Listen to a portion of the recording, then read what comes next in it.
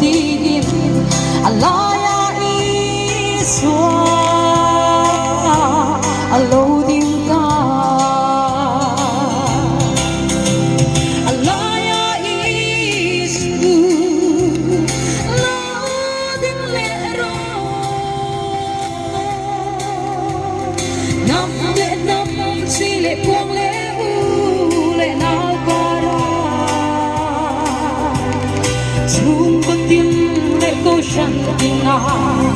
rem là khen thế na alaya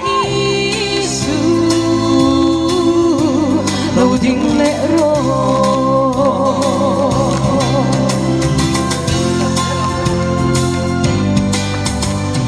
apiang ni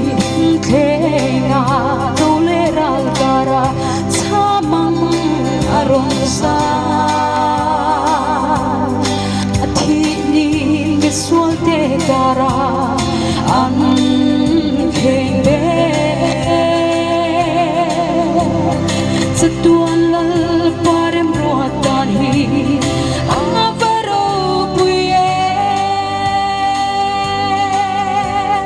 vanle ko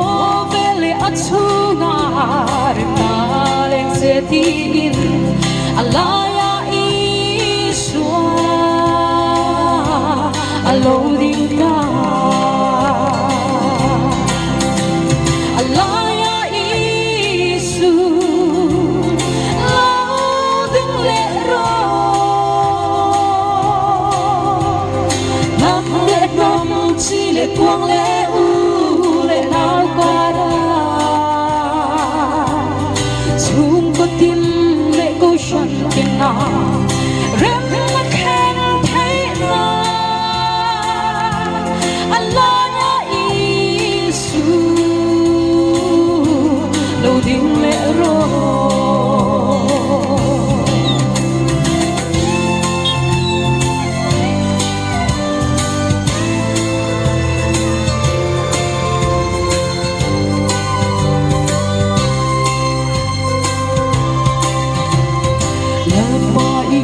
mangaya itlang sa tiya in rem la kanngay nam le nam in pong he na in gan thật sâu ule nào tin cara po suani tro are cross sulte kara ibari parangha alaya isu lo ding le ro alaya isu lo ding le ro nam le nam chi le tuang le u le nào kara shan na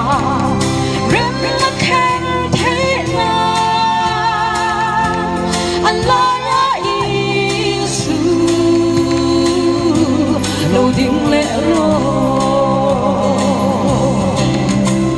alaya isu lâu ding lệ ro nam lệ nam chi lệ quang lệ nào kara chung có tim lệ cô chẳng tình na rem là khen thế na Allah